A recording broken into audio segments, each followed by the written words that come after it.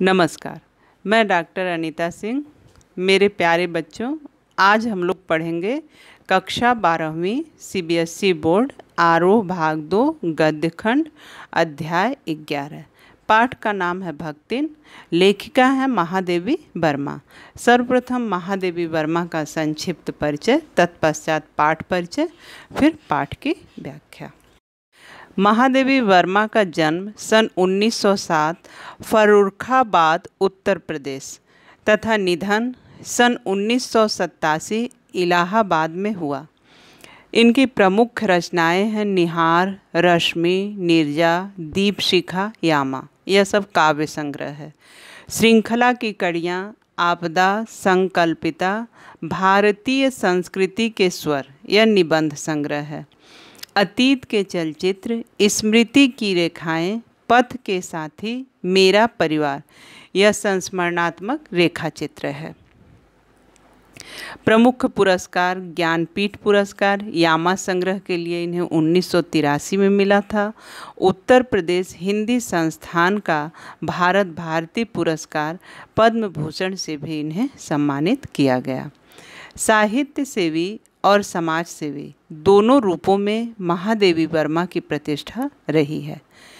महात्मा गांधी की दिखाई राह पर अपना जीवन समर्पित कर उन्होंने शिक्षा और समाज कल्याण के क्षेत्र में निरंतर कार्य किया। नारी समाज में शिक्षा प्रसार के उद्देश्य से उन्होंने प्रयाग महिला विद्यापीठ की स्थापना की। साहित्य जगत में महादेवी वर्मा की प्रतिष्ठा बहुमुखी प्रतिभा के रचनाकार के रूप में रही है। अगर कविता के क्षेत्र में वे छायावाद के 4 स्तंभों में से एक मानी जाती हैं, 4 स्तंभ में से एक मतलब पंत, प्रसाद और निराला भी अन्य 3 हैं छायावाद के कवि, तो अपने निबंध और संस्मरणात्मक रेखाचित्रों के कारण एक अप्रतिम गद्यकार के रूप में उनकी चर्चा होती रही है। अब हम आते हैं पाठ परिचय पर। भक्तिन पाठ है। भक्तिन महादेवी जी का प्रसिद्ध संस्मरणात्मक रेखा चित्र है जो स्मृति की रेखाओं में संकलित है। संस्मरण का अर्थ होता है कि जो अतीत की यादें हैं उसमें से कुछ महत्वपूर्ण यादें जिसको लेखन के माध्यम से, संस्मरण के माध्यम से व्यक्त करना। इसमें महादेवी जी ने अपनी सेविका भक्तिन के अतीत और वर्तमान का परिचय देते हुए उसके व्यक्तित्व का बहुत दिलचस्प खाका खींचा है। महादेवी के घर में काम शुरू करने से पहले उसने कैसे एक संघर्षशील, स्वाभिमानी और कर्मठ जीवन जिया, कैसे पितृसत्तात्मक मान्यताओं और छल छद्म भरे समाज में अपने और अपनी बेटियों के हक की लड़ाई लड़ती रही और उसमें हार कर कैसे जिंदगी की राह पूरी तरह बदल लेने के निर्णय तक पहुँची। इसका अत्यंत संवेदनशील चित्रण इस पाठ में महादेवी जी ने किया है। इसके साथ ही भक्तिन महादेवी जी के जीवन में आकर छा जाने वाली एक ऐसी परिस्थिति के रूप में दिखलाई पड़ती हैं जिसके कारण लेखिका के व्यक्तित्व के कई अनछुए आयाम उद्घाटित होते चलते हैं। इसी कारण अपने व्यक्तित्व का जरूरी अंश मानकर वे भक्तिन को खोना नहीं चाहती। समग्रतः इस पाठ को परिस्थितिवश अक्खड़ बनी पर महादेवी के प्रति अनमोल आत्मीयता से भरी भक्तिन के बहाने स्त्री अस्मिता की संघर्षपूर्ण आवाज़ के रूप में भी पढ़ा जाना चाहिए। अब हम आते हैं पाठ के सारांश पर। पाठ का शुरुआत होता है भक्तिन जब महादेवी के यहाँ काम खोजने के सिलसिले में महादेवी के यहाँ उपस्थित होती है तो सर्वप्रथम भक्तिन उसके व्यक्तित्व स्वरूप का उसको वर्णन करती हैं, एक रेखा चित्र खींचती हैं कि भक्तिन कैसी दिखाई देती है। भक्तिन छोटे कद तथा दुबले शरीर वाली स्त्री थी।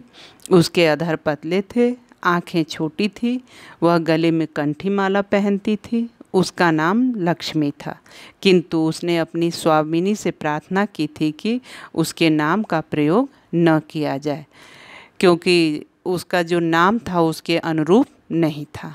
अतः उसकी कंठी माला को देखकर लेखिका ने उसका नाम भक्तिन रख लिया। वह अहिर कुल में पैदा हुई थी। सेवा धर्म में वह हनुमान जी से स्पर्धा करती थी। अब जब वो महादेवी वर्मा के यहाँ आती है, अपना परिचय देती है और अपनी पूरी घटना बताती है, तो उन घटनाओं को महादेवी वर्मा ने 4 भागों में विभाजित किया है। अब पहला परिच्छेद भक्ति के जीवन का पहला भाग, पहला परिच्छेद आरंभ होता है भक्ति के जन्म से कि ऐतिहासिक झूसी गांव जो इलाहाबाद के पास है में, उस गांव में एक अहिर मतलब यादव जाति जो होती है, अहिर की इकलौती बेटी लक्ष्मी का लालन पालन उसकी सौतेली माँ ने किया और 5 वर्ष की उम्र में ही इस कन्या का विवाह हंडिया ग्राम के एक गोपालक के छोटे पुत्र के साथ हो गया। गोपालक मतलब वही गाय का पालन करने वाले यादव परिवार। 9 वर्ष की उम्र में गौना हो गया। भक्तिन की विमाता ने उसके पिता की मृत्यु का समाचार देर से भेजा और सास ने रोने धोने के अपशकुन के डर से यह कहकर भक्तिन को मायके भेज दिया कि बहुत दिन से मायके नहीं गई हो तो जाओ मिल आओ। और यह सुनते ही भक्तिन के पैरों में पंख लग गए। वह खुशी खुशी अपने मायके के लिए चल पड़ती है। लेकिन जब वो गांव के बाहर पहुंचती है और गांव के लोग मिलते हैं और उससे कहते हैं, हाय लक्ष्मीन अब आई, यह सुन करके लक्ष्मीन को बहुत दुख होता है। अब जब वो घर पहुंचती है तो वहाँ जब जाती है तो विमाता का कटु व्यवहार देखकर और वहाँ अपने पिता की कोई निशानी न पाकर वह बिना पानी पिए ही वापस लौट आती है और आ करके अपने सास को खरी खोटी सुनाती है और अपने पिता के मृत्यु का दुख पति के ऊपर गहने अपने फेंक करके प्रकट करती है। ये इसके जीवन का पहला परिच्छेद था। अब भक्तिन के जीवन का दूसरा परिच्छेद शुरू होता है। जीवन के इस भाग में भी भक्तिन को सुख नहीं मिला। जब उसकी लगातार 3 लड़कियां पैदा हुई तो सास व जिठानियों ने उसकी उपेक्षा करनी प्रारंभ कर दी, क्योंकि सास के भी 3 कमाऊ बेटे थे और जिठानियों के भी पुत्र ही थे। अतः जिठानियाँ मौज करती, उनके लड़के खेलते कूदते, जबकि घर का सारा काम चक्की चलाना, कूटना, खाना बनाना आदि भक्तिन करती और उसकी छोटी छोटी लड़कियां गोबर उठाती, उपले बनाती। खाने के मामले में भी भेदभाव किया जाता। जिठानियाँ और उनके लड़कों को सफ़ेद राब, दूध व मलाई युक्त भोजन मिलता, किंतु भक्तिन व उसकी लड़कियों को गुड़ की डली व चने बाजरे की घुघरी चबानी पड़ती। ऐसी परिस्थिति में भी अच्छाई यह थी कि उसका पति अपनी परिश्रमी व तेजस्विनी पत्नी को सच्चे मन से प्यार करता था। जहाँ उसकी जिठानियाँ जिठौतों द्वारा बात बात पर कूटी पीटी जाती, वहीं भक्तिन को इन सब का सामना नहीं करना पड़ता और पति प्रेम के आधार पर ही भक्तिन ने अपना अलग घर कर लिया। उसे परिवार से पृथक होते समय गाय, भैंस, खेत खलिहान, अमराई के पेड़ आदि ठीक ठाक मिल गए। पति पत्नी दोनों परिश्रमी थे, अतः घर में संपन्नता आ गई। पति ने बड़ी लड़की की शादी धूमधाम से कर दी। दोनों छोटी लड़कियां अभी बालिका ही थी कि दुर्भाग्य से भक्तिन विधवा हो गई। भक्तिन जब विधवा हुई उस समय उसकी स्वयं की उम्र 29 वर्ष की थी।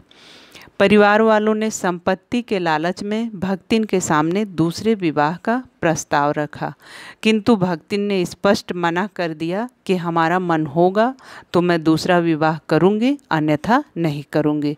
और उसने अपने केस कटवा दिए और गुरु से मंत्र लेकर कंठी पहन करके यह ऐलान कर दिया कि अब उसे दूसरी शादी नहीं करनी है। फिर उसने दोनों छोटी लड़कियों का भी विवाह धूमधाम से कर दिया। पति के द्वारा चुने हुए बड़े दामाद को घर जमाई बना लिया। ये भक्तिन के जीवन का दूसरा परिच्छेद था। अब उसके जीवन का तीसरा परिच्छेद अर्थात तीसरा भाग आरंभ होता है। भक्तिन को अपने पूर्वजों से जो जायदाद प्राप्त हुई थी वह सब उसके पास थी, किंतु भक्तिन के दुर्भाग्य से बड़ी लड़की भी विधवा हो गई। यहाँ भी दुख उसका पीछा नहीं छोड़ता है। यह लड़की अभी युवती ही थी। परिवार वालों की दृष्टि भक्तिन के संपत्ति पर थी, अतः भक्तिन का जेठौत यानी जेठ का लड़का अपनी विधवा बहन की शादी अपने तीतरबाज साले से कराने के लिए उत्सुक था। तीतरबाज मतलब जिसको कोई कुछ भी काम धाम नहीं है, तीतर लड़ाता है, आवारा की तरह घूमता रहता है। भक्तिन की लड़की ने इस वर को अस्वीकार कर दिया। माँ बेटी दोनों मन लगाकर खेती कर रही थी। एक दिन भक्तिन की अनुपस्थिति में उस तीतरबाज वर ने बेटी की कोठरी में घुसकर भीतर से द्वार बंद कर लिया और उसके समर्थकों ने गांव वालों को बुला लिया। भक्तिन की बेटी ने वर बनने के इच्छुक तीतरबाज की अच्छी मरम्मत करके कुंडी खोल दी, किंतु तीतरबाज ने कहा कि मैं तो इसके बुलाने पर अंदर गया था। अब समस्या के समाधान के लिए गांव में पंचायत हुई। भक्तिन की बेटी ने पिटाई का तर्क देकर अपनी सच्चाई प्रकट करनी चाहिए, किंतु पंचों ने उसकी एक न सुनी। समस्या का मूल कारण कलयुग को मानते हुए इन दोनों को पति पत्नी के रूप में रहने का आदेश पंचों द्वारा दिया गया। माँ बेटी विवश थी और यह संबंध सुखकर नहीं रहा। घर में इतनी निर्धनता आ गई कि लगान पटाना भी संभव न हो सका। तब जमींदार ने भक्तिन को बुलाकर कड़ी धूप में दिन भर के लिए खड़ा कर दिया। भक्तिन इस अपमान को सहन न कर सकी और कमाई के विचार से शहर चली आई।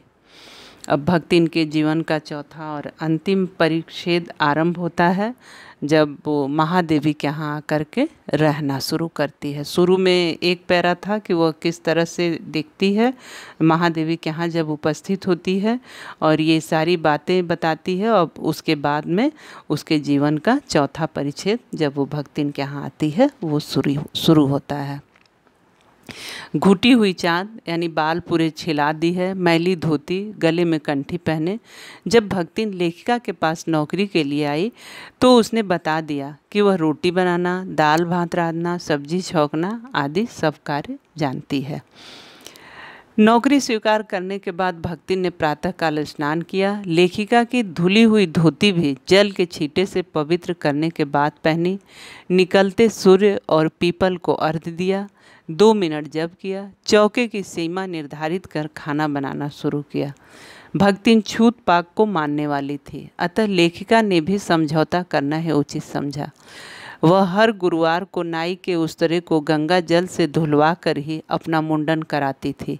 वह अपना खाना बनाकर ऊपर के आले में रख देती थी। भक्तिन द्वारा बनाया गया भोजन एक ग्रामीण अहीर परिवार के स्तर का ही तो होता था। उसने कोई सब्जी न बनाकर केवल दाल बना दी और मोटी मोटी रोटी सेक सेक कर काली कर दी। लेखिका ने जब इस भोजन के प्रति प्रश्नवाचक दृष्टि डाली कि यह क्या बनाया है, तो भक्तिन ने लाल मिर्च और अमचूर की चटनी या गांव से लाए हुए गुड़ का प्रस्ताव रख दिया, और लेखिका को गुड़ और घी से अरुचि के कारण इसी दाल से एक रोटी खाकर विश्वविद्यालय की राह पकड़नी पड़ी। अपने गिरते स्वास्थ्य और परिवारजनों की चिंता निवारण के निमित्त ही लेखिका ने अलग भोजन की व्यवस्था की थी, किंतु इस देहाती वृद्धा ने अपनी सरलता से इतना प्रभावित किया कि वे अपनी असुविधाएं छिपाने लगी।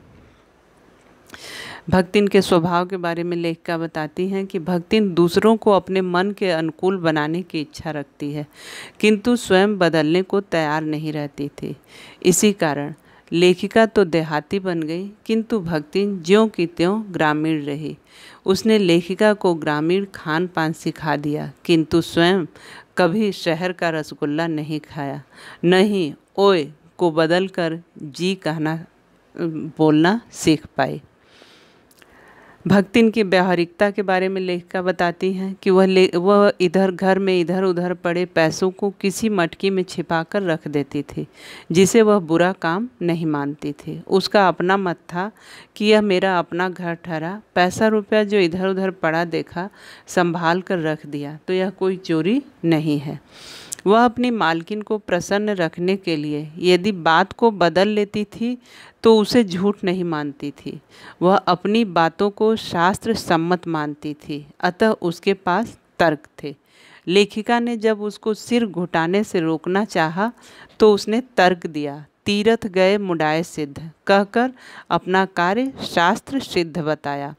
वह स्वयं पढ़ी लिखी नहीं थी और अब हस्ताक्षर करना भी सीखना नहीं चाहती थी, किंतु इसके पीछे भी उसका तर्क था कि उसकी मालकिन दिन भर पढ़ती हैं, यदि वह भी पढ़ने लगे तो घर के काम कौन करेगा।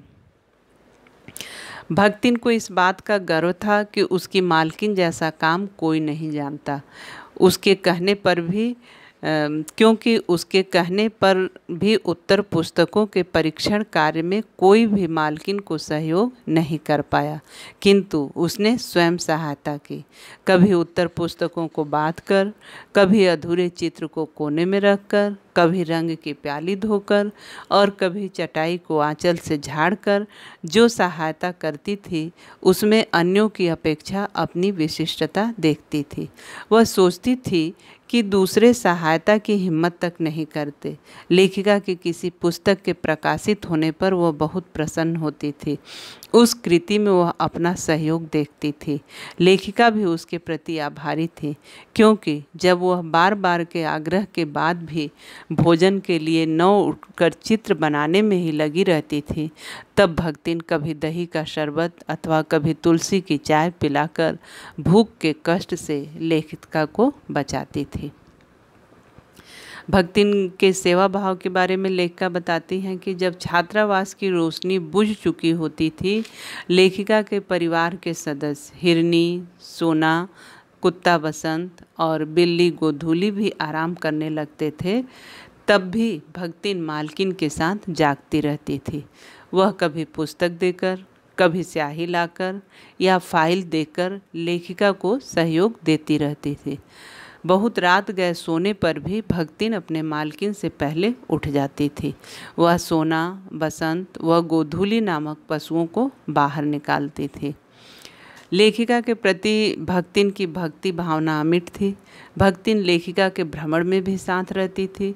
बद्री केदारनाथ के ऊंचे नीचे और तंग पहाड़ी रास्ते में वह हट करके स्वयं आगे चलती थी, किंतु गांव की पगडंडी में पीछे पीछे चलती थी। वह लेखिका के साथ छाया के समान रहती थी। जब लोग युद्ध के कारण आतंकित थे, तब भी वह बेटी दामाद के आग्रह पर लेखिका को नहीं छोड़ना चाह रही थी। युद्ध में भारतीय सेना के पलायन की बात सुनकर वह लेखिका को अपने गांव ले जाना चाहती थी, जहां उसने लेखिका को सब सुविधाएं जुटाने का आश्वासन दिया। वह लेखिका के लिए अपना सर्वस्व लुटाने को तैयार थी।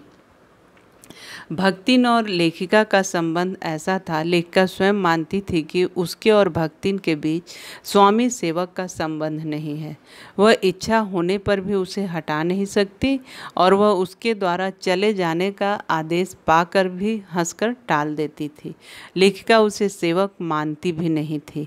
भक्तिन लेखिका के जीवन को घेरे हुए थी। लेखिका के परिजनों से भक्तिन का कैसा व्यवहार रहता था। भक्तिन छात्रावास की बालिकाओं के लिए चाय बना देती थी। वह उन्हें लेखिका के नाश्ते का स्वाद भी ले लेने देती थी। लेखिका के परिचितों से भक्तिन का व्यवहार लेखिका के प्रति उनके सम्मान व सद्भाव से निर्धारित होता था। वह परिचितों को आकार, प्रकार, वेशभूषा या नाम से याद रखती थी। कवियों के प्रति उनके मन में आदर भाव नहीं था। वह पर दुख कातर नारी थे। जब किसी विद्यार्थी को किसी कारण जेल जाना पड़ता था तो उसकी खबर सुनकर वह व्यथित हो जाती थी।